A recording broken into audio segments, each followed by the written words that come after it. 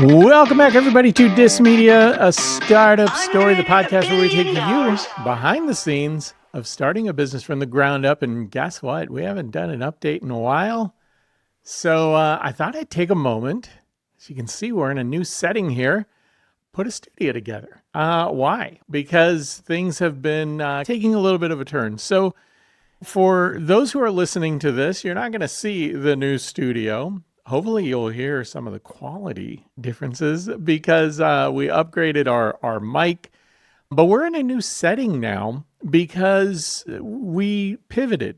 If you've been paying attention to the website, you probably noticed that the only things that have been updating lately, not so much the articles, but the podcast episodes. And this all is because, as you may have heard in a couple podcast episodes, a little while back, I went to an event here in Atlanta. I learned so much about YouTube, about podcasting, about how media is really shifting more towards video and more towards things that people can see and engage in. And you've probably even noticed it in your own social media that there's just more and more content coming through on TikTok, on YouTube, on Instagram, on LinkedIn, where people are posting episodes of podcasts that they're doing or interviews that they're doing with other people. And it's not that we were staying away from that. As you guys know, very first episode of what we did here with DissedMedia is we started chronicling this venture of starting this business from absolutely nothing. And over the last couple years, as we've kind of built up, and we really focused a lot of attention on the website, unfortunately, the traffic was just not grabbing. I mean, I'm a little biased. I thought we had some good articles out there and we got some traction. We got picked up by a couple people who quoted us in places like Forbes, but we didn't ever really kind of truly break through. And there's, I think, a lot of reasons for that. One, print media is vicious. It is so competitive. And even print and written media, it's one of those things that, there's so many people who are just skimming and not really getting into the details of articles. And then another thing that we tried to do was the Daily Pitch Academy. And the idea around that was to create a place where people could learn, right? So you go online, take a course, developed one course as kind of a proof of concept. And then we put it out there, and I even made it free. It was I can count on one hand the number of people who took advantage of that. And I think, as I've mentioned in a couple podcasts before, it's not that people don't want to learn. I just don't think that people want to learn in that kind of structured environment. And one of the things that, something else that we kind of threw out there was, when I look at something like Masterclass, right? I did a little research on it. What I found was that Masterclass, great videos. I think, actually I have somebody I know who put some of those videos together for some folks, and beautifully done, beautifully shot, great people who are giving information and insight. But like the churn rate is really high. People come into it, maybe they buy a year subscription. There's not a lot of re-ups. There's a lot of attrition, right? And so I got to figure, if Masterclass isn't going to hold people, how is a little production like mine going to do it? And I really kind of struggled with, well, how do we reach people? How do we grow this thing? Like at some point, we're either going to give up on this whole thing or we're going to do something with it. And, the thing is, I like creativity. I like creating content. I like writing. I like putting videos together. I like podcasting. And, I felt like we still got a chance. There's something we can do here and we got to do something different. And so when I went to Atlanta, sat down, I listened, talked to some people, was really proud about the things we were doing with DissedMedia and the Daily Pitch. And then, Brandon Berkmeyer, one of my contacts that I made there, and Brandon is amazing. If you get a chance, go check out his stuff. I'm having a hallway conversation with him and he says, yeah, so what are you selling? And I was like, man, I have a really bad answer to that. I wasn't really selling anything. And I thought, yeah, what are we doing with this thing? We've put it together, put a lot of time, energy, and effort in it. I've learned a lot along the way, but, are we really doing this just to learn? Or are we doing this to try and make money? And, you know, I'm not looking at DissedMedia as some sort of pocket retirement plan or anything like that, but I do want it to break even. Like I would love it if we could just recoup the investment, right? And then, you know, if we make a little bit of profitability each year along the way, great. So what's break even look like? You know, probably about 2,500 a year.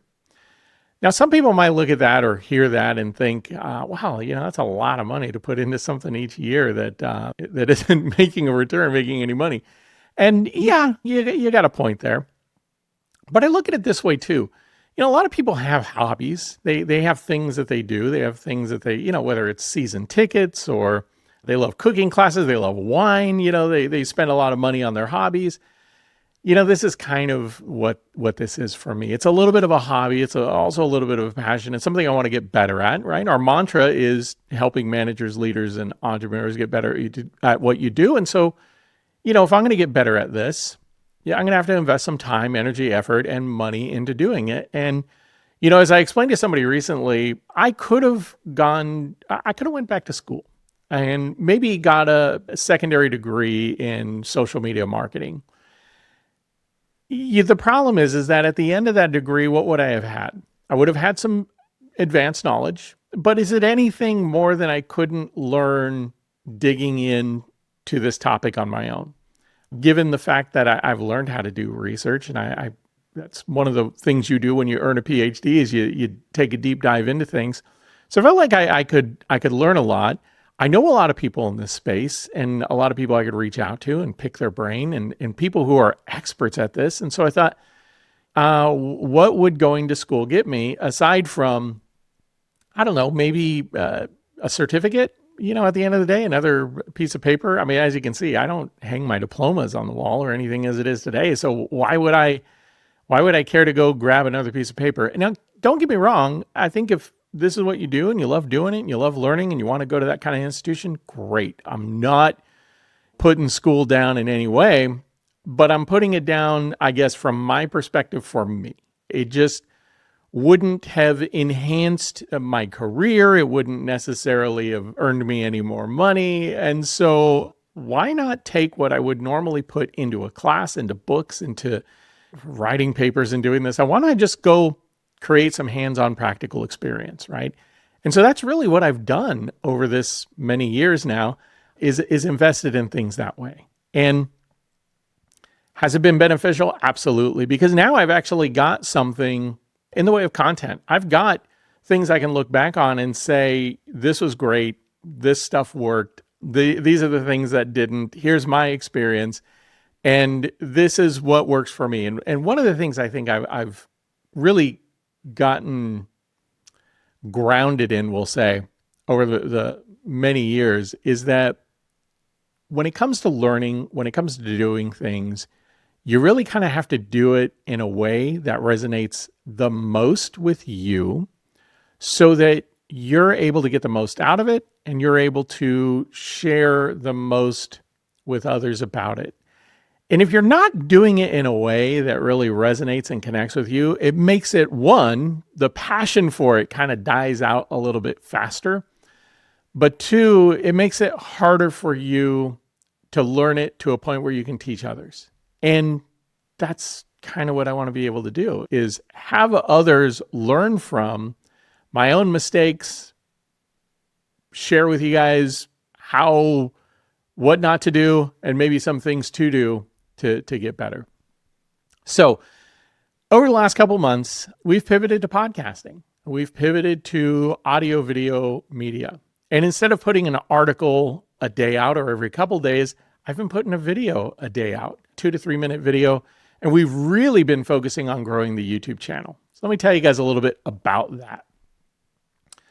Again, I got to thank Brandon Berkmeyer for this, because not only did he stop me in my tracks and say, Ben, what are you selling? And I'm like, not much. Okay, not anything. But then another thing that he really kind of taught me was this YouTube thing is something that can kind of unlock audiences. And, you know, I started listening to what he said, and he started talking about social proof marketing. Social proof marketing is really about when people come across you, your content, your stuff, that they see things in your ecosphere where people can point to it and say, wow, they've got followers, they've got views, they've got people who are clearly interested in what they're doing. And traditionally, what's been happening, what I think a lot of people have tried to do, is to get to that organically. I mean, that's what we did. And because, in part, one of our early advisors, Matt Sankum, who, by the way, Matt, congratulations. He's now CEO of Unusual Whales, which great investing insight information platform, but Matt is doing great. Anyway, Matt had advised us early on. He said, don't put a lot of money in paid ads, because as soon as that goes away, people are going to stop viewing. And I really took that to heart, because I understood what he was saying, and probably more what he was addressing was the website, right? Website traffic is one of those things that can die off. And sure, we could pump it up. We could bring a lot of people in, but will they come back? And I don't know about you, but for me, when I'm out there on the web casually doing stuff, I don't go back to a lot of websites, right?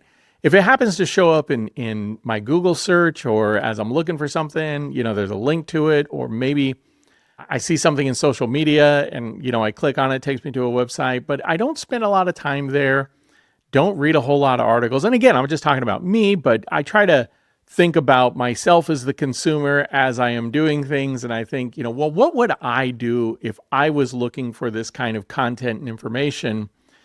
And if I were to buy ads and buy keywords and get people to land on the website, what is the likelihood that they would come back? And then, we tried to pump that up with newsletter subs, like getting a bunch of people to sign up for the newsletter. And it was a little bit slow. The uptake was a little bit crazy. Funny story about that, though. There is a company out there called PitchBook, and PitchBook actually has a newsletter called The Daily Pitch. And it was funny because for months, our content was anytime somebody put The Daily Pitch in Google, like, we were ranked first. And I think it got to a point where they started buying ads to, kind of push us out of the way.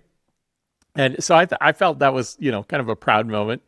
But as we've kind of recessed from publishing on The Daily Pitch as much, and, we're not SEO optimizing a bunch of articles all the time, we're kind of falling down, right, in rank. But that was a little bit of a prouder moment. But anyway, the thing is, like, how do you get people coming back, right? And so, like, I sat on that for the longest time, because I'm thinking, we've got to do something. We got to do something to bring people back to the content. And then I'm sitting here, I'm listening to Brandon, and he's talking about social media proof marketing, and, it kind of dawned on me, I'm a big YouTube consumer. It's one of the reasons why I wanted to go to this event in Atlanta, to kind of learn strategies around YouTube. And as I started listening to people like Brandon, and he started talking about getting subscribers on YouTube, and I thought, yeah, you know what? If you have a subscriber, now I don't know how many channels people subscribe to, but I do know that if you do subscribe to a channel, the chances of that content getting served up to you more often is greater than if you're not a subscriber. So if I could boost the number of subs on our YouTube channel, that could be the hook, right, to bring people back in. And so then I started thinking, like, well, how do we boost subs? Because organic growth on YouTube, it's not impossible. There's a lot of people who've gotten tremendous amount of organic growth, but it takes a long time, right? And time was not necessarily on our side, because we're thinking, like, okay, I'm either going to shut this thing down, or we're going to have to do something to keep me interested in doing this still, right? Like, I need an audience. I need to be able to put something out there. And so as I'm thinking through all this, I realized, well, Brandon talked about this strategy about the fact that, YouTube is global, right? It's a big platform, number one streaming platform in the world. And there's a lot of content creators on this platform. And, really, it's one of those places where we could really tap into that global audience.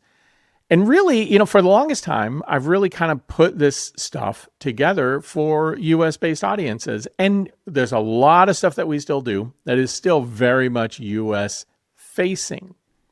But we live in a global business environment. We live in a world that is interconnected, and we live in a world where people live in other places that, guess what? They also speak English. And guess what? You have a lot of expats in a lot of places in different parts of the world. And we have people who are interested in things that happen here in the US, and people who are interested, especially in business and business topics in other parts of the world, and want to hear from content creators on that topic in English, right? And so you start thinking about, there are billions of other people in other places around the world. There are billions of other people who speak English around the world. And concentrating on the US market, it can be expensive because, US consumers are hard to grab. But we could have, there could be American consumers in other parts of the world. And those people who are in other parts of the world have social networks, and some of those social networks reach back to the US. So I started thinking about this on a grander scale. I started thinking about all of the people who speak English as a second language, all of the people in other parts of the world where it might be less to grab them as an audience. And I started thinking, you know what? What if we started taking the podcast and of course, we always put it out on YouTube and LinkedIn, TikTok, like everywhere else. But what if we focused on YouTube? Again, number one streaming platform. The likelihood of us having a subscriber there means that our content will show up in other places. Here's one thing that we know Google is really good at. Google is really good about following you around the internet. So much so, look, DuckDuckGo even advertises, their platform around things like that, like, stop them from following you. But a lot of people still allow Google to kind of follow you around. And so I started thinking, well, look, if we can show up on people's content streams on YouTube, it's very likely that's going to carry through to other places. And let's run this experiment. Let's start boosting our content, our videos, our podcasts. And now, again, we're bootstrapping. I don't have a lot of money to do this, right? I've got a little bit of money, but not a lot of money to do it. And it's like everything's a losing proposition, it seems. So I really wanted to do this. So I did a little test. I literally I started with like $20 and I said, all right, well, it's $20. Let's see what happens. Did a little very light strategy when it comes to this and let it rip, right? Focused on some other large countries around the world, big populations of English speakers, tagged a video, made sure that I'm targeting just English speaking people.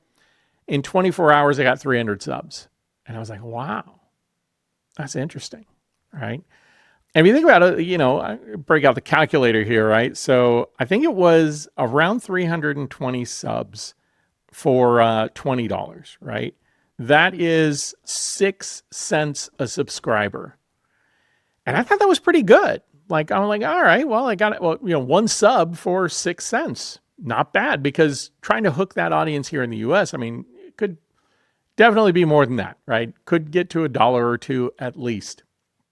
And you think about that, like, $1 or $2 a sub for a US consumer, that could get pretty pricey, right? But I started thinking about it like, okay, well, what if we expanded this out a little bit?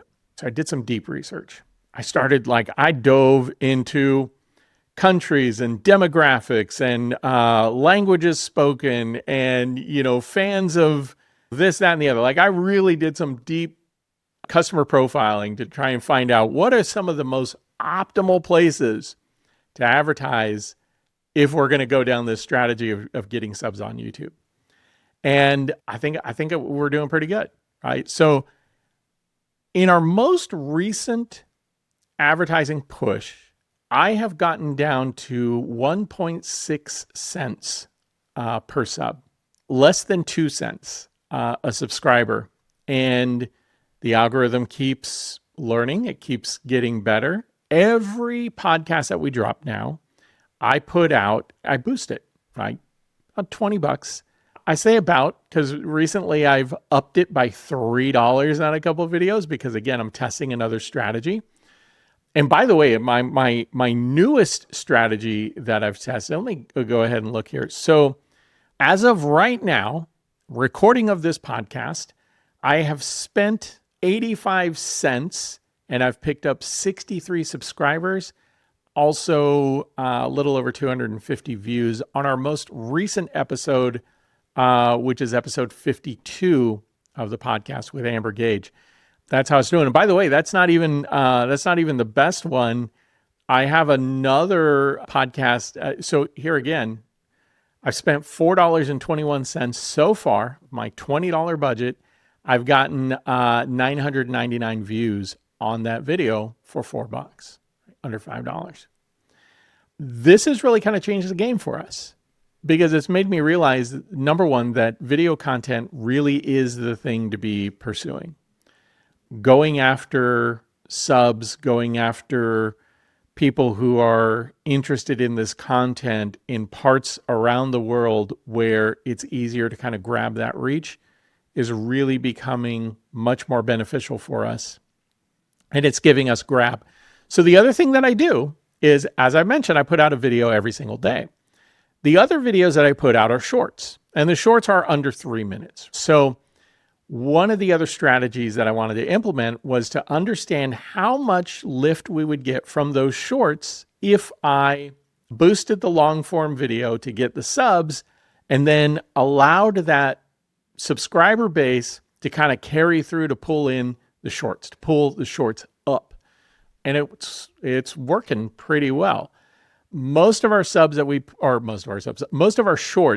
put out now, we're getting within the first 24 hours about 200 views. And that's 200 views given our current subscriber base, which is just over 17,000. So I get 17,000 subs, and I've gotten primarily not all of them, but a lot of them from pushing ads globally. And by the way, I still maintain advertising in the US and Canada in addition to these other countries. So that's 1.6 cents per sub with the US included. Not bad, I don't think.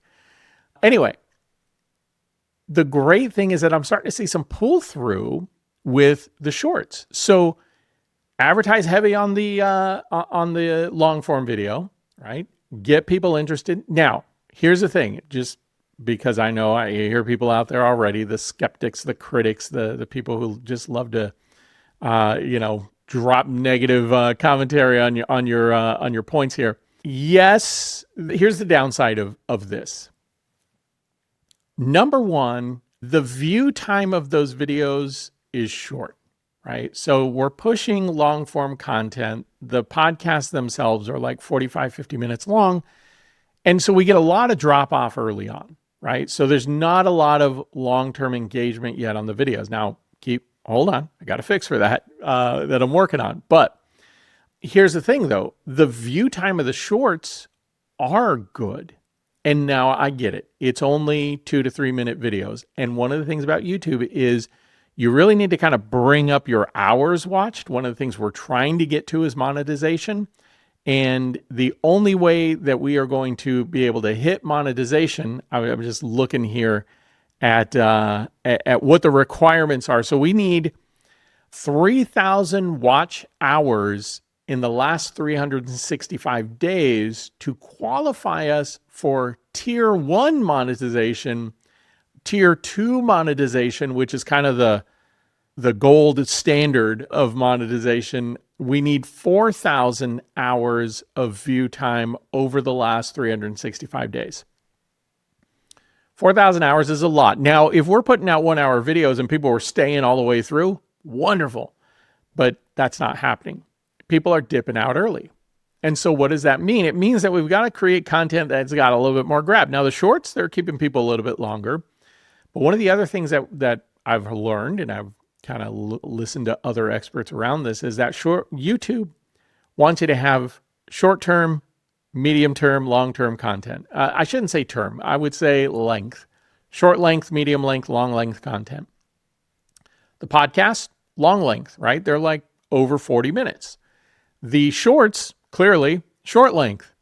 What's missing in that middle? The mid-length content. So just recently, I started putting out videos that are, 6 to 8 minutes long. And by the way, if you're a YouTube watcher or a pay attentioner, one of the things you've probably seen on YouTube is that there's a lot more like 6-minute videos, 6 and 8 minute videos that are coming out. And so one of the reasons for that is because that is part of the algorithm push, right? One of the things we're trying to do is get our videos recommended more on YouTube.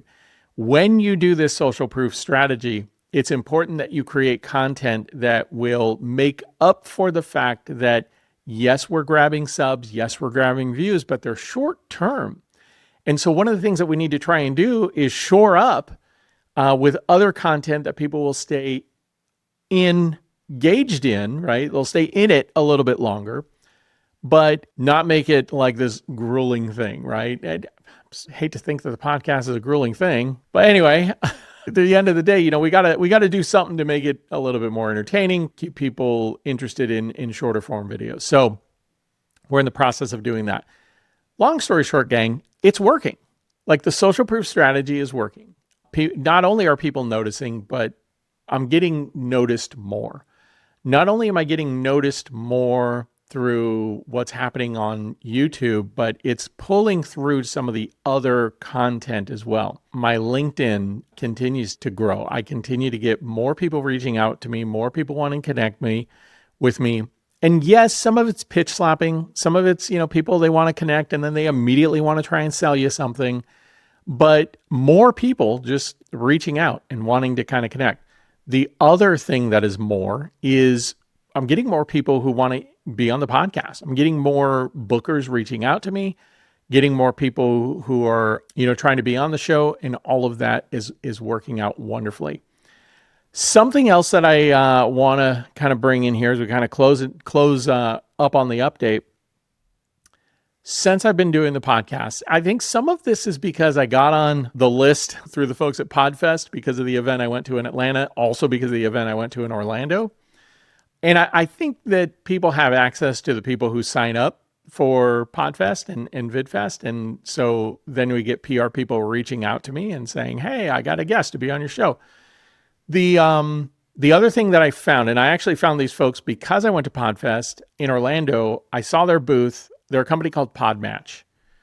Man, let me tell you something. Great service. If you're hearing this and you're thinking about Podmatch, do me a favor. And I'm going to leave the link in the bio as well. If you want to sign up for Podmatch, I'll put it this way. If you want more guests for your podcast and or you are a person who is trying to promote something and you want to be on more podcasts, check out Podmatch.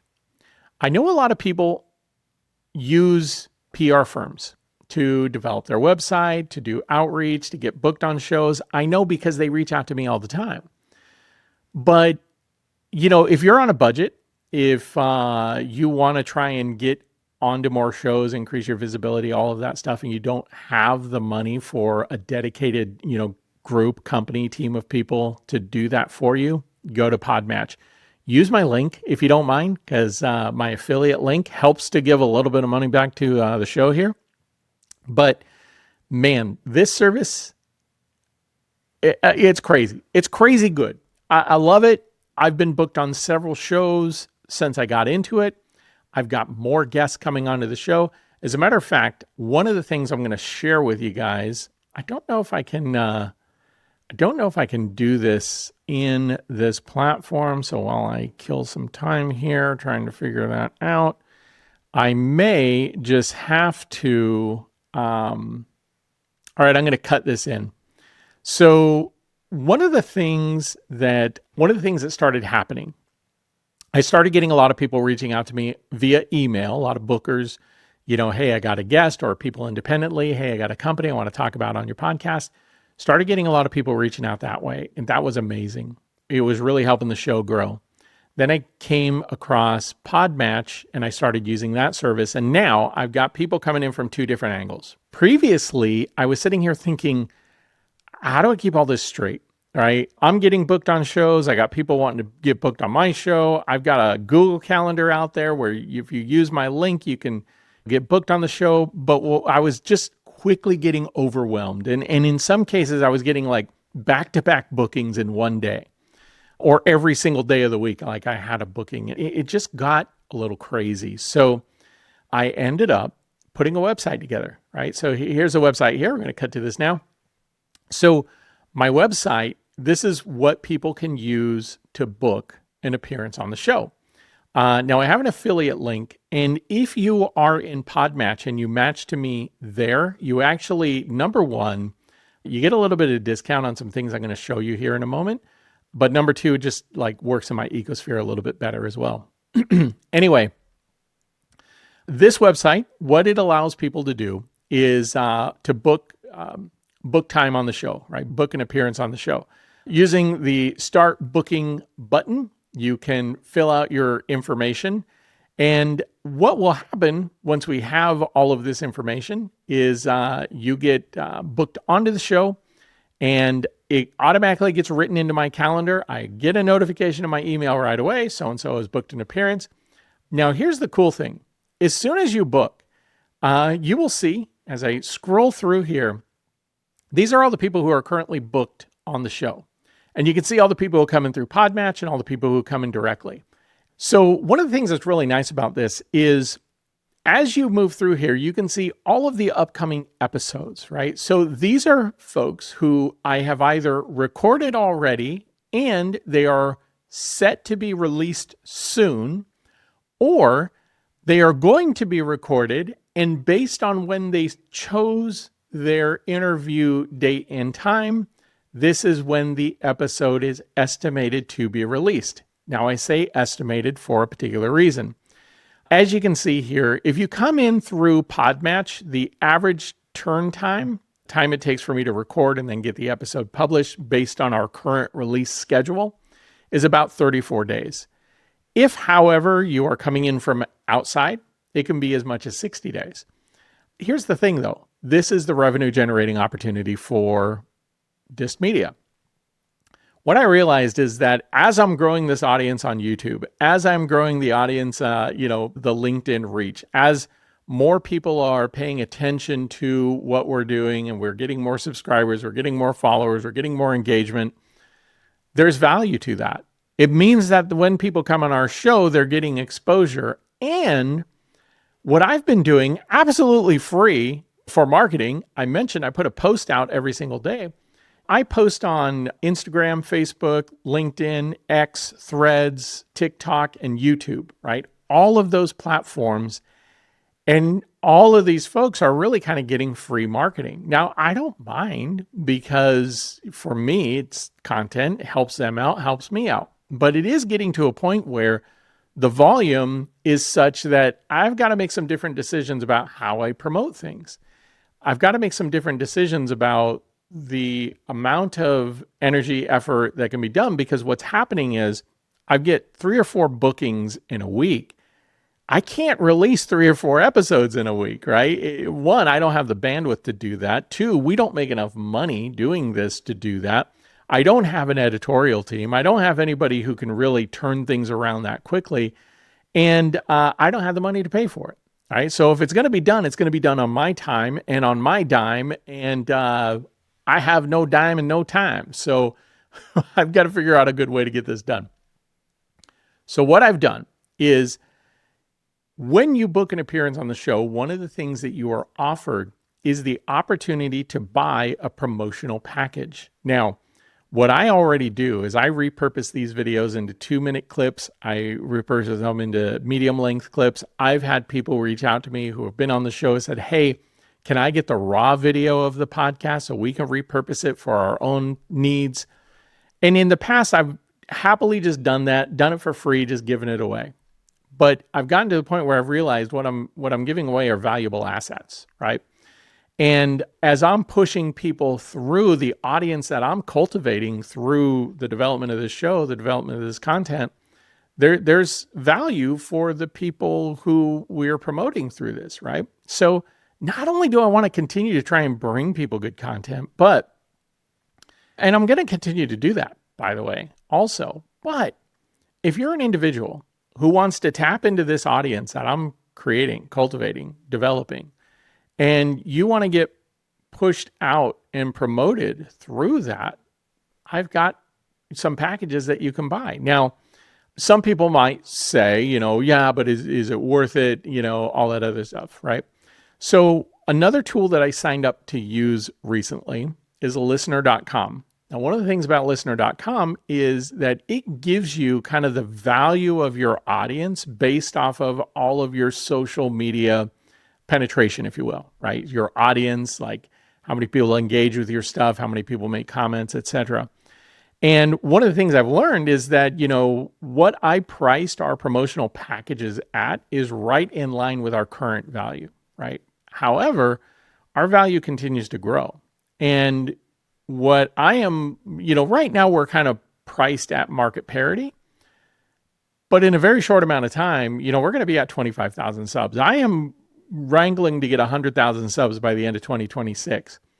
That means that when you come on to this show, you're tapping into a 100,000 subscriber audience, and you're immediately getting fed into a pipeline where your video is going to get thousands of views, not only in the long form, not only in the podcast, but also in the short form content as well. And what I try to do is really kind of focus on highlighting who my guest is, what their expertise is. And my guests are usually coaches, business people who, have written a book, who are starting a business, who, have a new product. I love talking about that stuff anyway.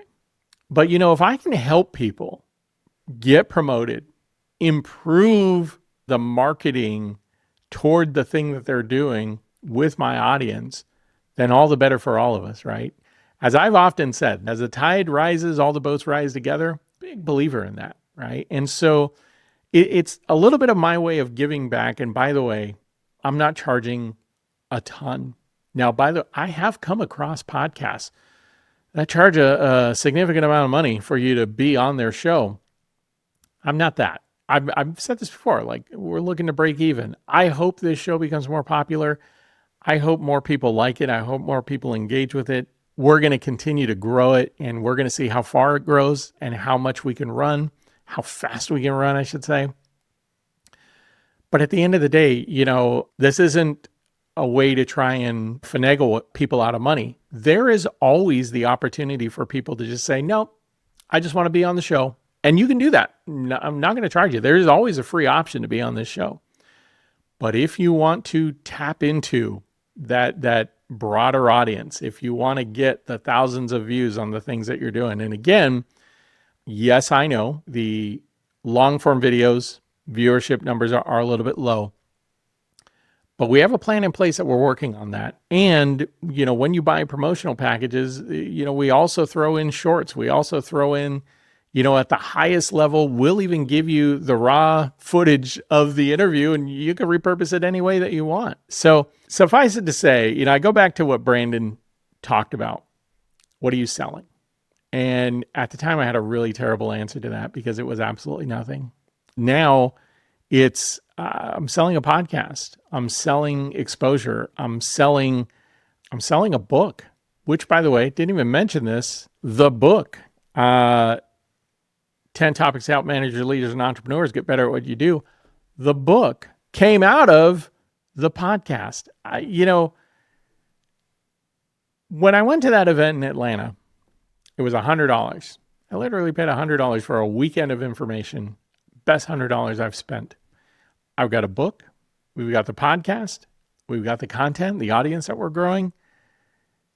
More and more, we are adding to the revenue potential, the revenue opportunity of DissedMedia. And yes, so far, we've only made a couple $100, but based on the last update that I had, we didn't even have that, right? We're a couple $100 strong. We're still a few $1,000s in the hole, but we hope to turn that around. We hope to get better at it. We hope to improve where we're at, and along the way, try and share all of our accomplishments and setbacks with you. So Anyway, folks, that's all I got for now. I hope you've enjoyed the update. Feel free to, comment, ask questions, let me know. And also, if you're hearing this for the first time, you haven't subscribed to our YouTube channel, we're on a mission to hit 100,000 subs by the end of 2026. End of Q1, we just crossed 17,000. We're a little shy of that 25,000 subscription goal for first quarter 2026. So I'm hoping that we'll turn it around. We'll get a little bit more, but we've got some ground to make up for the first half of the year. So we want to hit 50,000 by the end of July, or the end of June. I'm sorry, going into July. Hoping we can do it. We're at 17,000 now. We got a little traction to make up. So hopefully you guys will give us a like, give us a share this with your friends, your family, your mom, your dad, your enemies. I always tell people share it with your enemies because those are the people who are going to take action on your words. Thanks for checking this out. Thanks for dropping in. Thanks for hearing the update. Shoot us a note. Let us know how we're doing. And that's all I got. You guys have a good one. Talk to you later. Thanks for listening to DissedMedia, A Startup Story. This podcast was produced and edited by Ben Olmos and is a production of DissedMedia Corporation. If you're interested in learning more about anything you heard on this episode, please reach out to us at podcast@DissedMedia.com. You can also get more information about this and other episodes or information about our guests by checking out dailypitch.news, our business and insights publication focused on helping managers, leaders, and entrepreneurs get better at what they do.